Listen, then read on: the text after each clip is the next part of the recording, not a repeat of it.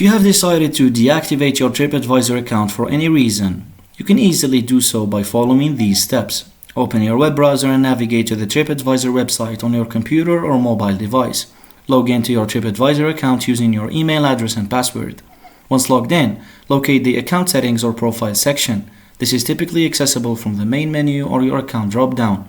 Within the Account Settings, look for the option to close or deactivate your account. Click on the option to close or deactivate your account. TripAdvisor may ask you to confirm your decision by providing a reason for closing your account. Once you've confirmed your decision to close the account and followed any required steps, submit your request to close your account on TripAdvisor. Additionally, TripAdvisor may send a confirmation email to the email address associated with your account. Check your inbox and spam or junk folders for this email. By following these steps, you have successfully closed your account on TripAdvisor.